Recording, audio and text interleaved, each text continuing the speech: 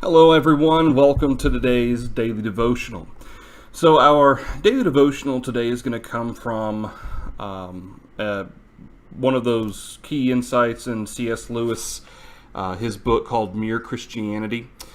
We actually looked at one of these last week.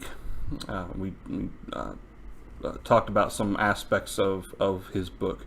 And I mentioned last week that this is from the website Not the Bee. It's actually Not the Bee's reposting it, and it's actually from Thinker, or at least some of the key points about the book are from Thinker. And then I guess Not the Bee just kind of extrapolated off of that. But I wanted to talk about a little bit about this point. There is a moral dimension to reality that points in God's direction. We actually talked about that last week when we discussed another one of these points, and I want to kind of look at this and understand what points being made both by C.S. Lewis and within this extrapolation of it, and also to make sure that we have straight in our minds what's being discussed. So C.S. Lewis was one of the most beloved Christian authors. We talked a little bit about his background last time. But in this best-selling classic, Lewis's aims was to articulate, defend the fundamental beliefs that are common to all Christians. He begins with arguments for God's existence and turns to the basics of Christian doctrine. So, as I mentioned, this first point, well, I'm just going to read it and then we'll talk a little bit about it. There's a moral dimension to reality that points in God's direction. When people argue, they often make implicit appeals to a standard of behavior that they expect the other person to know about. For example, they'll say things like, "That's not fair," or "You should have known better." Without question, we all expect each other to behave a certain way. And whenever we argue, attempts are made to hold each other accountable. Of course, instead of denying that there is a moral standard when we're accused of violating it, we invariably claim that we haven't really violated it after all, or we make up some kind of excuse for our behavior. Such responses only underscore the point. There is a standard of behavior above and beyond our personal preferences, and each of us knows it. Just as physical objects are governed by the law of gravity, so man's behavior is governed by the law of morality. The key difference is that man has a choice to either obey or disobey the moral law. Nevertheless, we have all failed to consistently practice the kind of behavior we expect from others. The fact that we all know the moral law and break it anyway serves as a striking indication of what reality is really like. There is a moral dimension to the universe that one wouldn't expect, unless something like Christian theism is true. Alright, so this point there's a valid aspect to this. And as I mentioned before, this book by C.S. Lewis is called Mere Christianity. And there are some good points in it. I don't agree with everything in that book by any means. Some of it takes quite a bit of liberty in terms of scripture. But in terms of logical progression of thought, some of it does make some sense. There is a sense in which what is he saying here about there's a moral dimension to reality that points in God's direction.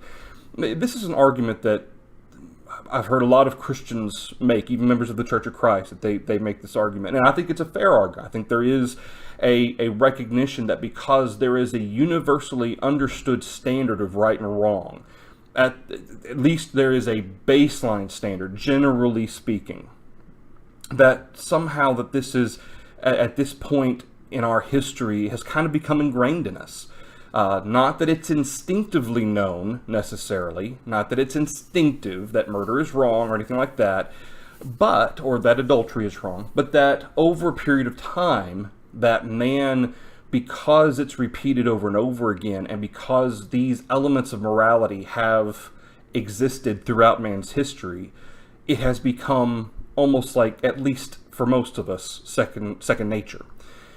However, what's being described here, and I want to be careful not to put words in C.S. Lewis's mouth that other people do put in his mouth.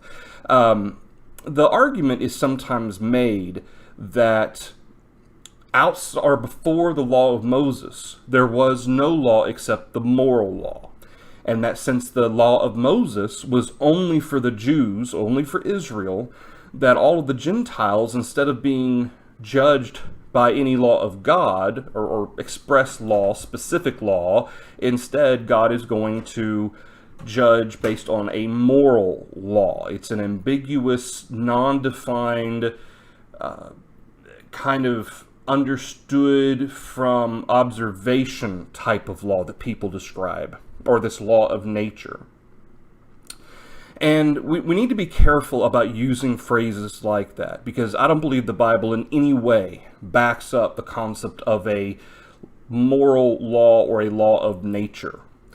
There has always been law, and it has always been specific law, going all the way back to Genesis. When Adam and Eve were kicked out of the garden, they were given a law, whether this was the patriarchal law given at that point, or there was a different law given to Adam and Eve then, and then a patriarchal law was given at some point before Abraham. Regardless, they were given a law, because we see Cain and Abel offering sacrifices to God, and Cain's was unacceptable, whereas Abel's was. And we can talk all day about what it was he sacrificed and whether or not it was the best, but regardless, his attitude, his mindset was wrong. And that's part of the reason why God rejected his sacrifice. But the fact that they knew that they had to offer sacrifices, and they knew what to offer to God, this points to the understanding that God did give them guidance. He gave them a law to follow. From that law, just as we see with the patriarchal law, and just as we see from the Mosaical law, there are certain moral components to the law. Okay, this is what's right, this is what's wrong. There is a standard there. Now, over time, as we find, like in Romans chapter 1, how that man gradually started turning away from serving God and serving himself instead, we see, as Paul says in verse 18, for instance. Let me make this bigger real quick. He says that the wrath of God is revealed from heaven against all ungodliness and unrighteousness of men who suppress the truth in unrighteousness, because what may be known of God is manifest in them, for God has shown it to them. For since the creation of the world, his invisible attributes are clearly seen, being understood by the things that are made, even his eternal power and Godhead, so that they are without excuse. What's being described here, verse 20, is not a moral law or a natural law. What's being described here is the fact that there is a creator. His invisible attributes, the fact of his power, of his godhood, the fact that he is omniscient and omnipresent, all of those characteristics can be observed in an almighty creator. That's not to say that I can learn murder is wrong from looking at nature, or that adultery is wrong from looking at nature. Okay, I can't learn those specifics of the law. So verse 21, because although they, and of course we're talking about the Gentiles at large here, although they knew God, they did not glorify him as God, nor were thankful, but became futile in their thoughts, and their foolish hearts were darkened. They changed the glory of the incorruptible God into an image made like corruptible man, and so forth. At what point did man, all man, including Gentiles, know God? Well, this was obviously at some point before the law of Moses that's being referenced here. Even with Abraham, Abraham wasn't the only one given what we call the patriarchal law. Okay, the law existed.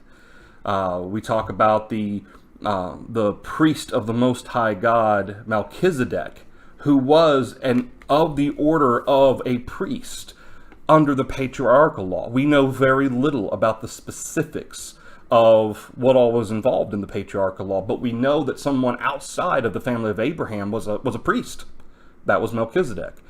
So, at some point before the Mosaical law, all of man, and of course, from Adam and Eve until the Mosaical law, all mankind had been given a law from God. Okay, again, whether that was the law that was given to Adam and Eve, or at some point God gave man a patriarchal law. Perhaps he instituted the patriarchal law with Noah when he started over after the flood. Maybe he instituted a new law then, and that's just not recorded. Maybe. But regardless, man has always had law.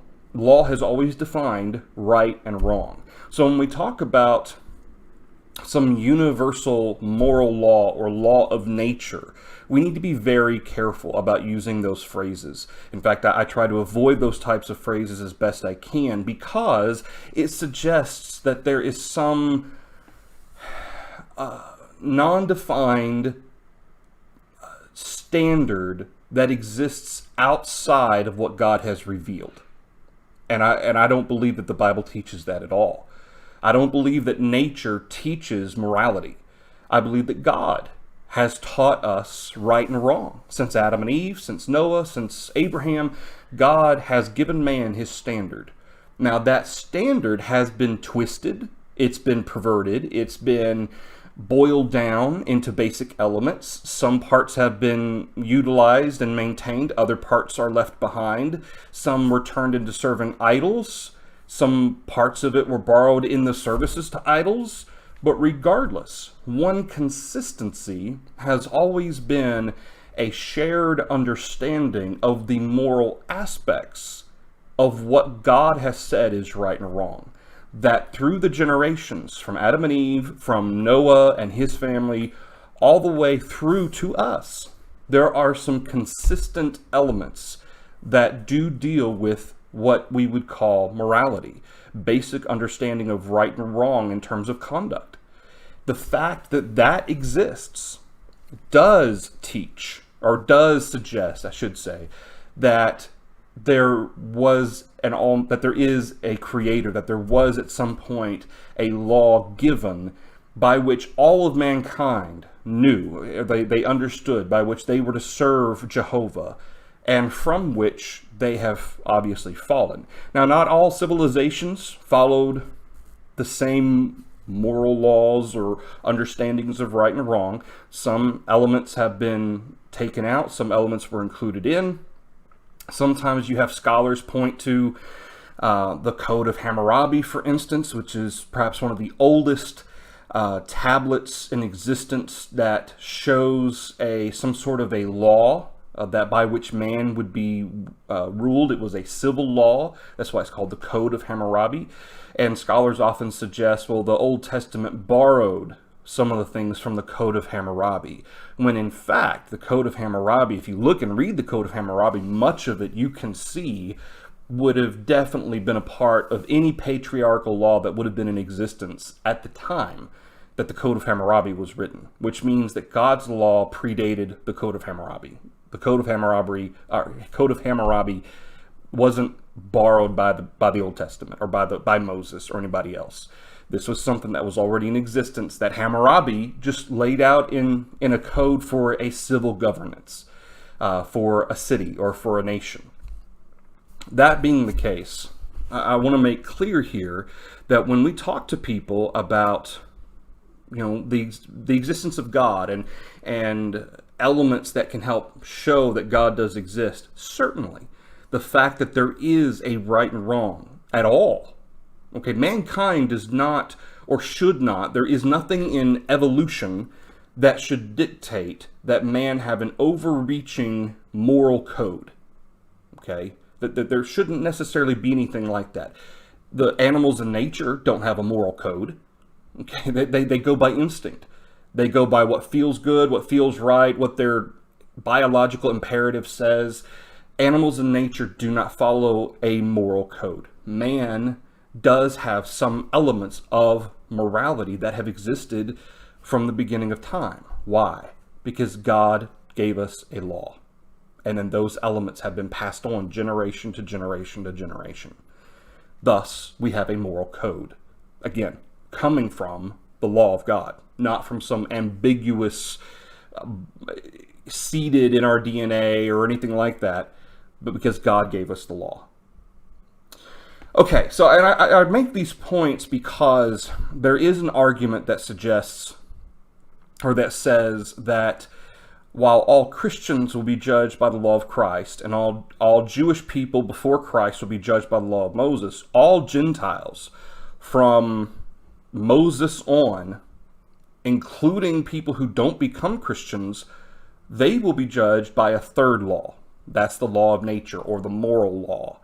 And so in many ways, if you kind of bear out that argument to its natural conclusion, you almost come to the point where it would actually be more advantageous to not teach people about the gospel, because by comparison, this natural moral law is, I guess you could say it's less ambiguous, or it's more ambiguous. It's less specific, and you don't have to really do anything. So as long as you're a moral person, just don't become a Christian. Don't read the gospel. You won't be judged by the gospel as long as you don't become a Christian. So don't become a Christian. It's going to be easier for you. Judgment will be more lenient for you if you're going to be judged by by the moral law instead of the law of Christ. And so it doesn't make any sense to make that argument. But this is part of the reason why we have to be very careful to define, where does morality come from? It comes from the law of God. And man has always had law. Man has never been without the law of God in some form. All right. And by form, I mean patriarchal law, Mosaical law, whatever law Adam and Eve had, so forth. All right, everybody, that's the daily devotional for you today. I hope that's something that's beneficial. Looking at this as well as some of the others aspects. There is one more we're going to look at some point, maybe Thursday or Friday. We'll look at it. We'll talk about it a little bit. Another insight. But these, and again, if you ever read Mere Christianity by C.S. Lewis, or read some of the other points, some of them they're little. I don't agree with them. Put it that way. I don't agree with some of the other points that he makes. They're a little bit. I think there's some liberty taken with regard to God's word that C.S. Lewis takes with regard to some of his points. But there are some good elements there, especially as it pertains to making the argument that God does exist. There is a God, and we need to make sure we know what he says and do what he says. All right, so tomorrow we will have our Wednesday night Bible study, 2 Timothy chapter. I think we've gotten into chapter 3 now. We'll start chapter 3. And we'll have our hymns tomorrow night as well. That's at 7 p.m. Central. And then we'll keep on keeping on. All right, everybody. Y'all take care. Have a good rest of the day. And Lord willing, I'll see you tomorrow.